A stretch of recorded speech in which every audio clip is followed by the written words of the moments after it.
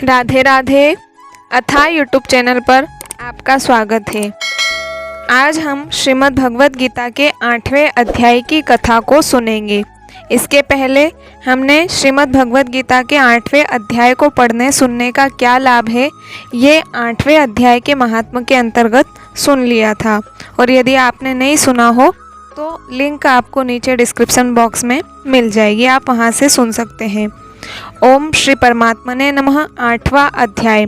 इस प्रकार भगवान के वचनों को न समझकर अर्जुन बोले, हे पुरुषोत्तम, जिसका आपने वर्णन किया वह ब्रह्म क्या है, अध्यात्म क्या है, कर्म क्या है और अधिभूत नाम से क्या कहा गया है, अधिदेव नाम से क्या कहा जाता है। हे मधुसूदन, यहाँ अधियज्ञ कौन है और वह इस शरीर में कैसे है, और युक्त चित्त वाले पुरुषों द्वारा अंत समय में आप किस प्रकार जानने में आते हो।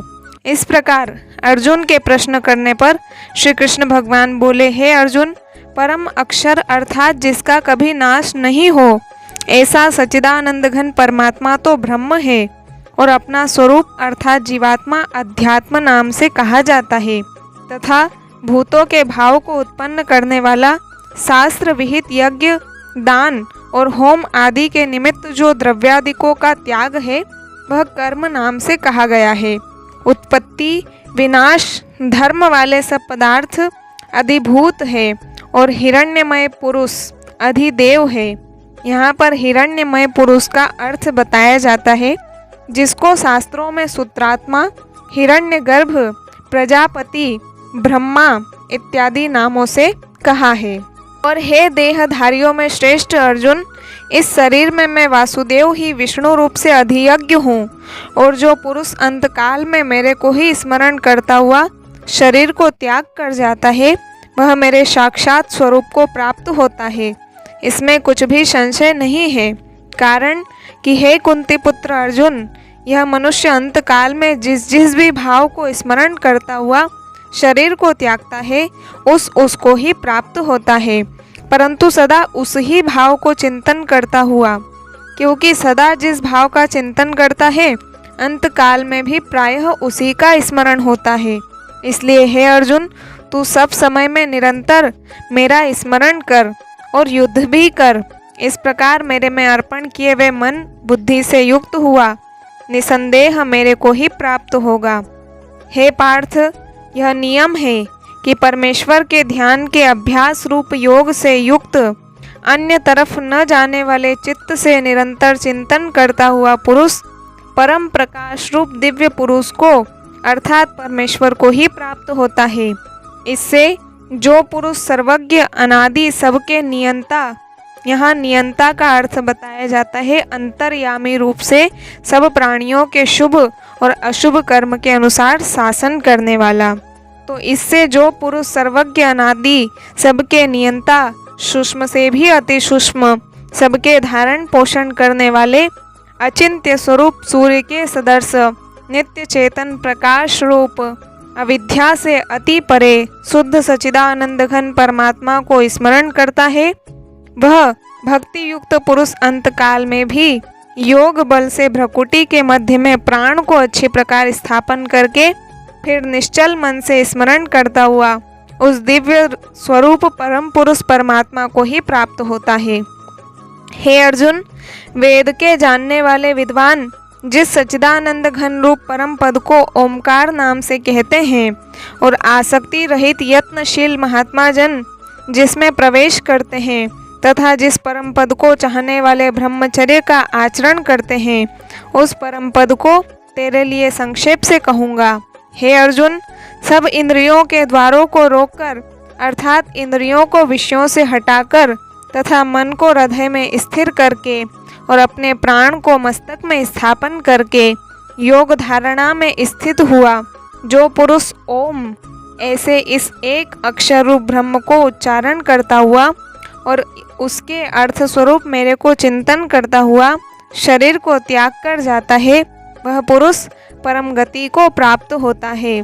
हे अर्जुन, जो पुरुष मेरे में अनन्य चित्त से स्थित हुआ सदा ही निरंतर मेरे को स्मरण करता है, उस निरंतर मेरे में युक्त हुए योगी के लिए मैं सुलभ हूँ।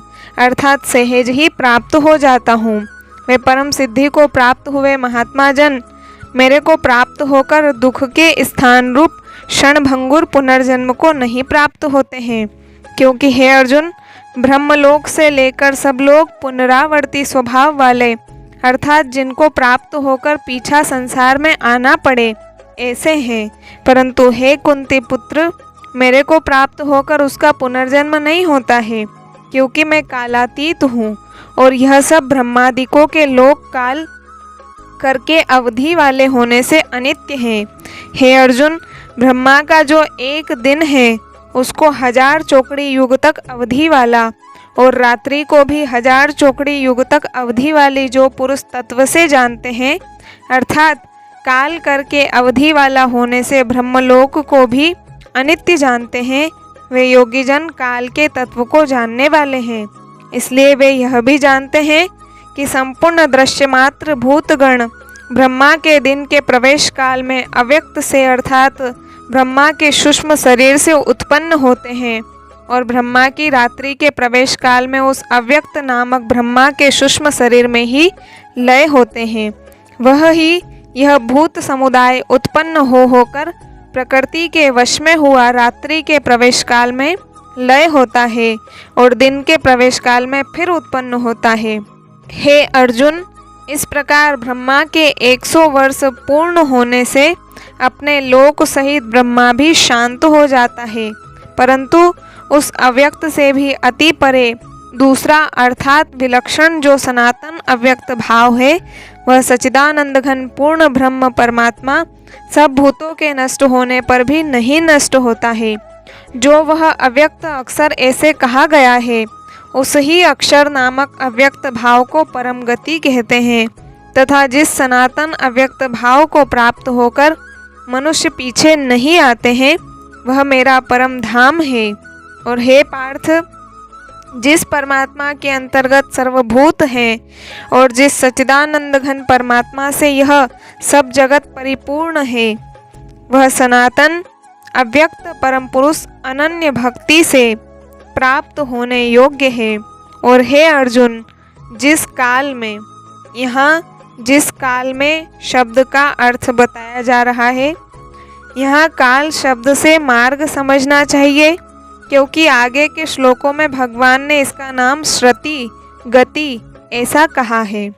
तो हे अर्जुन, जिस काल में शरीर त्याग कर गए वे योगी जन पीछा न आने वाली गति को और पीछा आने वाली गति को भी प्राप्त होते हैं, उस काल को अर्थात मार्ग को कहूँगा। उन 2 प्रकार के मार्गों में से जिस मार्ग में ज्योतिर्मय अग्नि अभिमानी देवता हैं और दिन का अभिमानी देवता हैं तथा शुक्ल पक्ष का अभिमानी देवता है और उत्तरायण के 6 महीनों का अभिमानी देवता है, उस मार्ग में मरकर गए वे ब्रह्मवेत्ता अर्थात परमेश्वर की उपासना से परमेश्वर को परोक्ष भाव से जानने वाले योगीजन उपरोक्त देवताओं द्वारा क्रम से ले गए हुए ब्रह्म को प्राप्त हुए हैं। जिस मार्ग में धूमाभिमानी देवता है और रात्रि अभिमानी देवता है तथा कृष्ण पक्ष का अभिमानी देवता है और दक्षिणायन के 6 महीनों का अभिमानी देवता है, उस मार्ग में मरकर गया हुआ सकाम कर्मयोगी उपरोक्त देवताओं द्वारा क्रम से ले गया हुआ चंद्रमा की ज्योति को प्राप्त होकर स्वर्ग में अपने शुभ कर्मों का फल भोग कर पीछा आता है। क्योंकि जगत के ये 2 प्रकार के शुक्ल और कृष्ण अर्थात देवयान और पितृयान मार्ग सनातन माने गए हैं। इनमें एक के द्वारा गया हुआ, यहाँ एक के द्वारा गया हुआ इस लाइन का अर्थ बताया जाता है, अर्थात अर्ची मार्ग से गया हुआ योगी पीछा न आने वाली परम गति को प्राप्त होता है। और दूसरे द्वारा गया हुआ, यहाँ दूसरे द्वारा का अर्थ है धूम मार्ग से गया हुआ सकाम कर्मयोगी। तो दूसरे द्वारा गया हुआ पीछा आता है अर्थात जन्म मृत्यु को प्राप्त होता है। हे पार्थ, इस प्रकार दोनों मार्गों को तत्व से जानता हुआ कोई भी योगी मोहित नहीं होता है, अर्थात फिर वह निष्काम भाव से ही साधन करता है, कामनाओं में नहीं फंसता।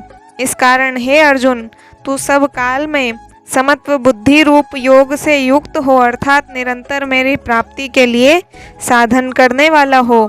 क्योंकि योगी पुरुष इस रहस्य को तत्व से जानकर वेदों के पढ़ने में तथा यज्ञ तप और दानादिकों के करने में जो पुण्य फल कहा है, उस सब को निसंदेह उल्लंघन कर जाता है और सनातन परम पद को प्राप्त होता है।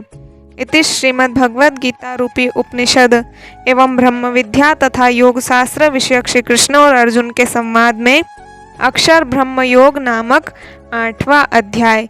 इस प्रकार श्रीमद् भगवद गीता के 8वें अध्याय को हमने सुना। 8वें अध्याय का पाठ हमें जरूर करना चाहिए, क्योंकि 8वें अध्याय के महात्म के अंतर्गत हमने सुना था कि आधे श्लोक का अनायास मुख से निकल जाना ही उनकी मुक्ति का कारण हो गया था। इसलिए 8वें अध्याय का पाठ जरूर करना चाहिए। मिलते हैं अगले वीडियो में, तब तक के लिए सभी को राधे राधे।